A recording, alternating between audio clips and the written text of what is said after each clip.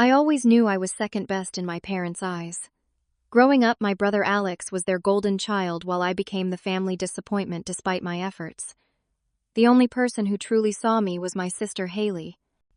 We both succeeded in our own ways, me as a software engineer, her as a teacher, but nothing prepared me for the day my parents chose Alex's award ceremony over visiting me in the hospital after my near-fatal accident. Now they have the audacity to ask for my savings to bail him out of legal trouble. Before I continue my story, I would love to know where you are watching from, and please hit that like and subscribe button. I promise what happens next will change how you think about family loyalty forever. Growing up in suburban Chicago, our family dynamic was crystal clear. Alex was the star, the athlete who broke school records in swimming, and track the straight-A student who teachers praised as brilliant. I was the quiet kid who worked twice as hard for half the recognition. My grades were good, not exceptional. My athletic abilities were average. In my parents' eyes, average might as well have been failure. Every dinner conversation revolved around Alex's latest achievement. When I brought home a B+ in advanced chemistry, my father barely looked up from his newspaper. When Alex brought home an A in the same class the following year, they took him out for a celebration dinner. I stayed home with a microwave meal and homework. Hailey understood. 3 years younger than me, she watched the pattern unfold and recognized it for what it was. She was the middle child, somewhat overlooked, but never actively compared unfavorably as I was. We formed our own alliance, supporting each other when our parents were too busy attending Alex's meets or award ceremonies. The worst part was that Alex was not a bad brother. He was actually pretty decent, occasionally standing up for me when our parents were particularly obvious in their favoritism. But he was also oblivious to how much easier his path was, how doors opened automatically for him while I had to knock repeatedly until my knuckles bled. I remember my high school graduation. I had worked hard to earn a scholarship to a good state university. The ceremony fell on the same day as one of Alex's regional swim meets. My parents attended my graduation but left immediately after my name was called, not even staying for the full ceremony. They wanted to catch the second half of Alex's meet. Hailey, only 15, then stayed with me and organized a small celebration at our favorite pizza place. College became my escape. I chose a university 3 states away, far enough that weekend visits were impractical. Those 4 years gave me room to breathe, to discover who I was without constantly being compared to Alex. I found my passion in computer science, discovered I had a talent for problem solving and coding that my brother did not. I graduated with honors and secured a position at a growing tech company. My starting salary was impressive, especially for a new graduate. My parents attended my college graduation but spent most of the weekend talking about Alex's medical school acceptance. Hailey, who had just finished her sophomore year at a university only an hour from mine, was the one who truly celebrated my achievement. Over the years, I built my career methodically. Promotions came regularly as I proved my value. I bought a condo in a nice neighborhood, invested wisely, and built a substantial savings account. Financial independence meant I no longer needed anything from my parents, which was liberating in ways I had not anticipated. I maintained minimal contact with them, obligatory holiday calls and occasional family gatherings. Each time I would leave feeling diminished, as if I had temporarily shrunk back into the disappointing son role. Alex was now in his surgical residency, on track to become an orthopedic surgeon. My parents never tired of mentioning this fact to anyone who would listen. The only bright spot was that Hailey had followed me to the same city after her graduation. She had secured a teaching position at a well-respected elementary school, and we met regularly for dinner or movie nights. She was my real family, the one person who saw me clearly and valued me for who I was. The week before the accident, everything had been going so well. I had just received a major promotion at work, becoming the youngest project manager in company history. The position came with a significant raise and stock options. For once, I felt professionally secure and personally proud. I had planned a celebration dinner with Hailey at an upscale restaurant we had been wanting to try. She was bringing her new boyfriend Thomas, whom I was eager to meet. Life felt balanced and positive for the first time in years. That Thursday, my mother called. The conversation started normally enough, with her updates about neighborhood gossip and distant relatives. Then she mentioned they were considering visiting the following weekend. I was surprised but cautiously pleased. They rarely visited me, usually expecting me to make the 6-hour drive to see them. I told her about my promotion, trying to keep the eagerness for approval out of my voice. She congratulated me briefly before shifting the conversation. Alex was receiving a prestigious research award the following weekend, she explained. They were thinking of attending the ceremony and then perhaps extending their trip to visit me afterward. I felt the familiar sting of being an afterthought but pushed it aside. I was 32 years old, too old to still be craving parental approval. Something made me uneasy, though. In all our years of strained but polite distance, I had developed an almost supernatural sense for when family drama was brewing. As I hung up the phone, I could not shake the feeling that something was about to go terribly wrong. The rain was coming down in sheets that Friday night. I was driving home from work, mentally preparing for a quiet evening before meeting Hailey and Thomas the next day. The roads were slick, visibility poor. I was driving carefully under the speed limit, both hands on the wheel. It happened so quickly. Headlights appeared in my lane, coming straight toward me. A car had hydroplaned across the median. I swerved to avoid a head-on collision, but the other vehicle clipped my driver's side, sending my car spinning across 3 lanes before slamming into the guardrail. The impact was tremendous. The airbag deployed, burning my face and chest. Glass from the shattered driver's window sprayed across my left side. The car crumpled around me, metal groaning as it folded inward. Pain exploded everywhere at once, then strangely faded into a detached, floating sensation that I would later learn was shock. I remember flashing lights, voices shouting, hands carefully extracting me from the wreckage. The paramedics were asking questions I could barely process. The rain was still falling, mixing with blood on my face. In the ambulance, I drifted in and out of consciousness as they worked to stabilize me. The emergency room was a blur of activity. Doctors calling for scans, nurses inserting IVs, specialists being paged. Through it all, I kept thinking I needed to call my parents to let someone know what had happened. A kind nurse helped me use my partially shattered phone before they took me for emergency surgery. My mother answered on the 4th ring. I struggled to explain what had happened through the haze of pain and medication. I heard concern in her voice, questions about my condition, the hospital name. Then, almost as an afterthought, she mentioned they were packing for Alex's award ceremony. They would figure out how to visit me after that was done. The surgery was beginning, so I had no time to respond before the anesthetic took me under. I woke to find Hailey sitting beside my bed, her face drawn with worry. She had come immediately after receiving my text. The surgery had been successful, repairing internal bleeding and setting the compound fracture in my left arm. But the doctors were concerned about potential spinal injuries and had scheduled more tests. I would be in the hospital for at least a week, possibly longer. Hailey helped me call our parents again, putting the phone on speaker so I could focus on breathing through the pain. I explained the full extent of my injuries: the broken arm, 3 broken ribs, a punctured lung, lacerations requiring over 40 stitches, and possible spinal damage that could affect my ability to walk. Their response shattered something inside me. My father expressed sympathy but explained they had already paid for hotel rooms and flights for Alex's ceremony. They could not change their plans but promised to visit right after. My mother suggested Hailey could take care of me until they arrived. They would be there in 3 days once the ceremony was over. The silence after that call was deafening. Hailey's face reflected my own shock and hurt. For a moment, neither of us spoke. Then Hailey erupted in a rare display of anger, cursing our parents' priorities and Alex's constant pedestal position. I lay there, physical pain now compounded by the emotional wound of being so clearly secondary in my parents' concern. The next days were a fog of pain medication tests and medical consultations. The spinal injury was not as severe as initially feared, but recovery would be long and difficult. Physical therapy would be required for months. I might walk with a limp permanently. Through it all, Hailey was my constant. She rearranged her teaching schedule, bringing work to complete during the long hours she sat with me. She coordinated with my employers, managed the insurance paperwork, and made sure I was never alone for long. My colleagues surprised me with their support. My team sent flowers and took turns visiting. My boss assured me my position was secure, that I should focus solely on recovery. Friends I had not seen in months appeared with books, comfort food, and company.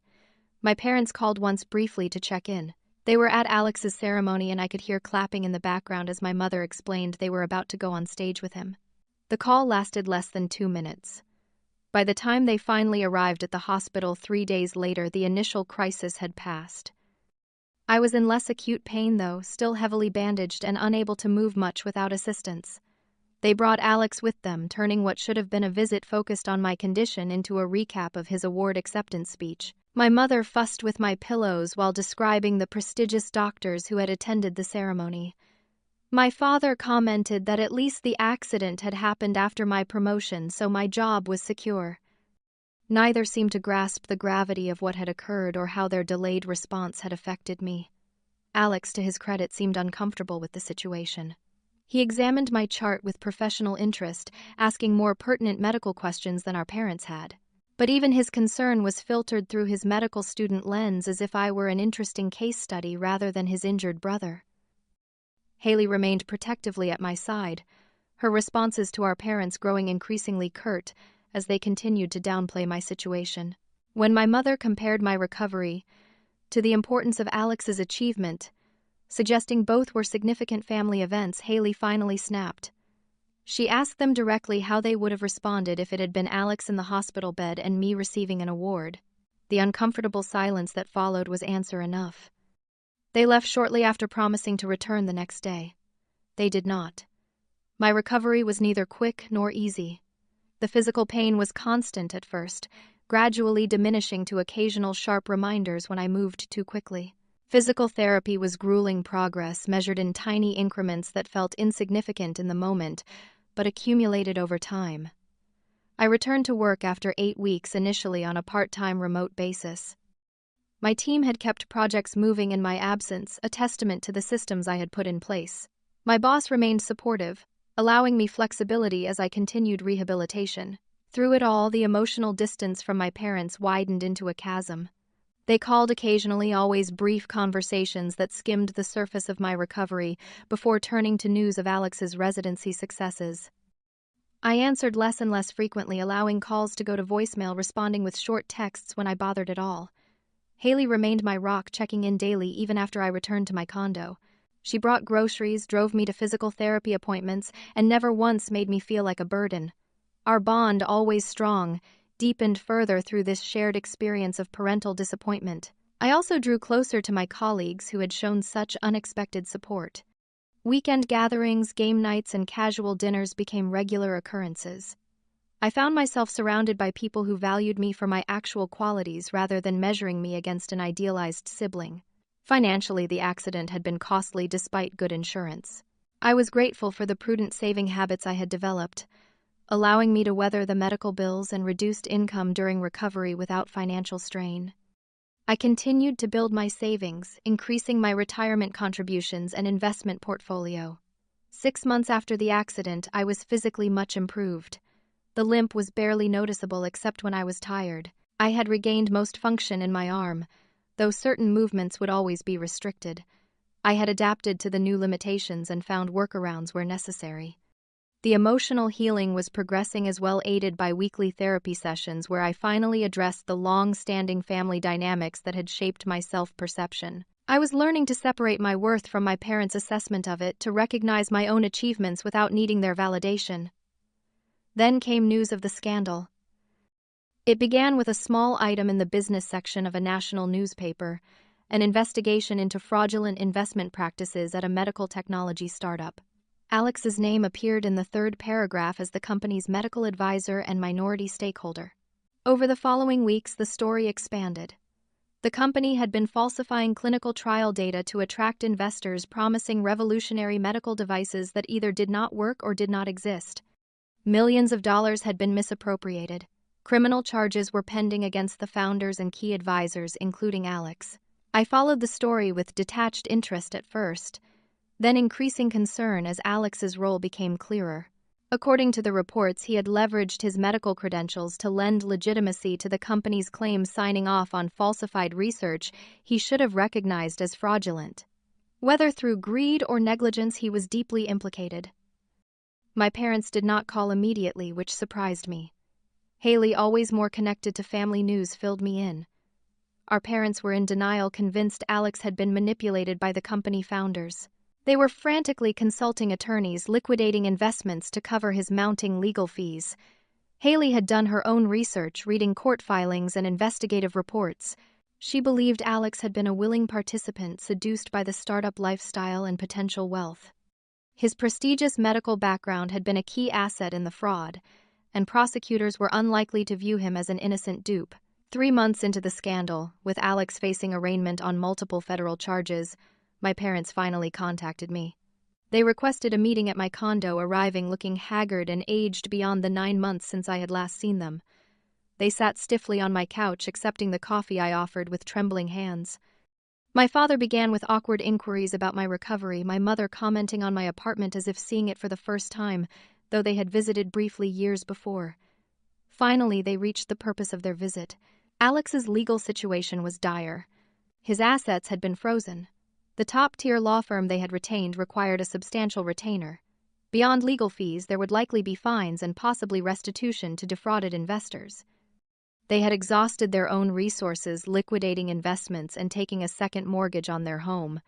They needed my help. Specifically, they needed access to my savings, the substantial nest egg I had built through years of careful work and prudent financial management. They needed nearly $200,000 to give Alex a fighting chance at avoiding prison. As they spoke, they employed every emotional tactic in their arsenal. They reminded me of family loyalty, of Alex's previous academic success, of how this one mistake could destroy his future. My mother cried, describing how prison would break her firstborn son. My father appealed to my financial stability, suggesting I could recover from this temporary setback, while Alex's entire career hung in the balance. I sat silently through their presentation, a strange calm settling over me. In their desperation, they had revealed everything about their family priorities with perfect clarity. Alex had always come first, would always come first, regardless of circumstances or his own culpability. The irony was almost beautiful. Here they were begging for my help, having never been there when I needed them. The accident flashbacks were vivid, lying in a hospital bed while they attended his ceremony, waiting for visits that came late or not at all, hearing about his achievement while my body was held together with surgical pins and stitches. When they finally finished speaking, the silence stretched between us.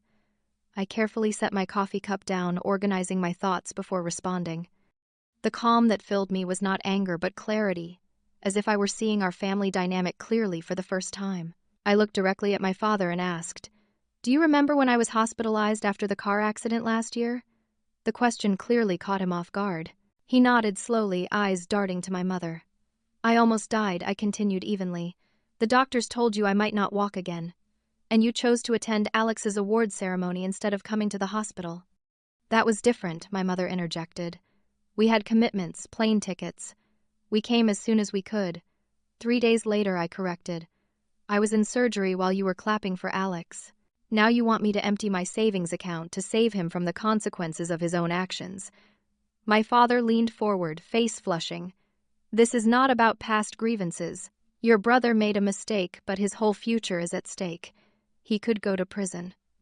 "My future was at stake too," I replied. "My career, my independence, my ability to walk. But that was less important than Alex's ceremony." "You cannot compare the two situations," my mother said, voice rising. "You had Hailey with you. You were getting proper medical care. Alex could lose everything. Because of choices he made," I pointed out. "He chose to sign off on fraudulent research. He chose to take money from investors based on lies. He was manipulated," my father insisted. "He trusted the wrong people." I shook my head.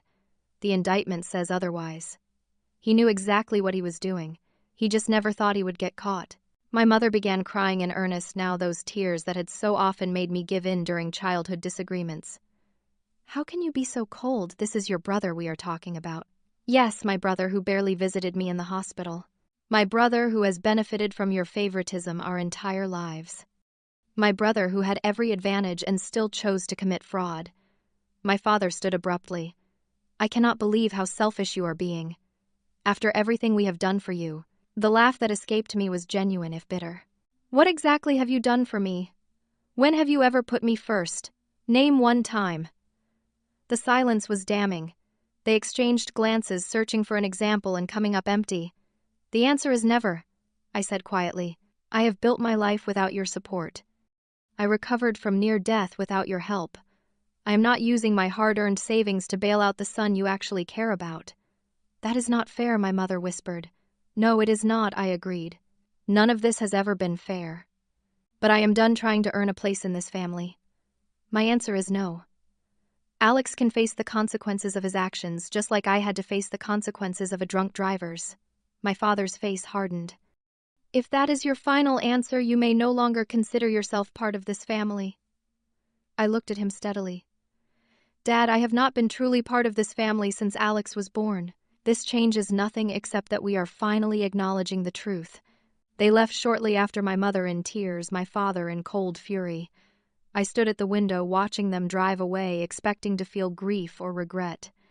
Instead, I felt lighter than I had in years, as if setting down a burden I had carried since childhood. Hailey called that evening, having heard about the confrontation from our mother. She expressed complete support for my decision, confirming her own refusal to contribute to Alex's legal fund. We talked for hours, processing the likely family fracture ahead of us.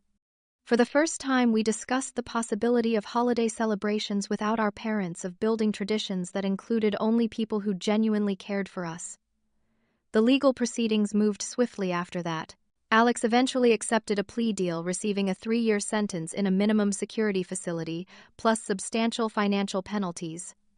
Our parents maintained limited contact, sending occasional updates about Alex's case, but never acknowledging the larger family issues we had raised.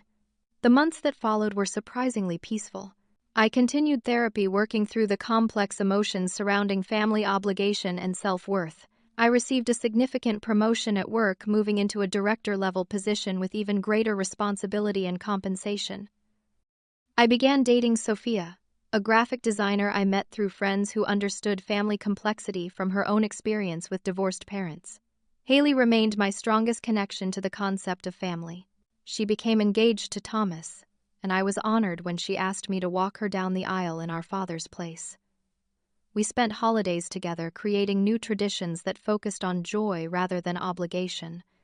We invited cousins, aunts, and uncles who had always seen the dynamics clearly, but had been powerless to intervene. Occasionally, my parents would reach out, usually when they wanted updates on my life or tentative invitations to family gatherings. I maintained polite but firm boundaries, engaging when it felt healthy but stepping back when old patterns emerged. They never apologized for their treatment during my accident or for their request regarding Alex's legal fees. I came to accept that they might never recognize the harm they had caused. The journey of healing was not linear. Some days I still caught myself seeking their approval, measuring my success against Alex's former glory. But those moments grew fewer as I built a life centered on my own values rather than their expectations. I learned to celebrate my own achievements, to define success on my own terms. Through therapy and honest conversations with Hailey, I came to understand that my parents were limited by their own upbringing and perspectives. Their favoritism was more about their issues than any deficiency in me. This understanding did not excuse their behavior, but it helped me release the last vestiges of bitterness. The most profound lesson was recognizing that family is not defined solely by blood. The colleagues who visited me in the hospital, the friends who supported my recovery, Sophia, who loved me without comparison to a golden child sibling, these people were my true family. They chose me and I chose them, creating bonds based on genuine care rather than obligation. I have learned to forgive without forgetting, to maintain healthy boundaries without burning bridges completely. I remain open to the possibility that my parents might someday recognize their patterns and seek genuine reconciliation, but my well-being no longer depends on their validation. As for Alex, he writes occasionally from prison. His letters suggest a recognition of his own flaws, and the preferential treatment that may have contributed to his sense of invulnerability. When he is released, we may rebuild some form of relationship, but it will be on equal footing or not at all. Have you ever had to make a difficult choice between family obligation and self-preservation? What boundaries have you set with family members who consistently devalue your worth? I would appreciate if you would share your experiences in the comments below. Please like this video if my story resonated with you, subscribe for more real-life experiences, and share with anyone who might be struggling with similar family dynamics. Thank you for listening to my journey. And remember that sometimes the family we choose is more important than the family we are born into.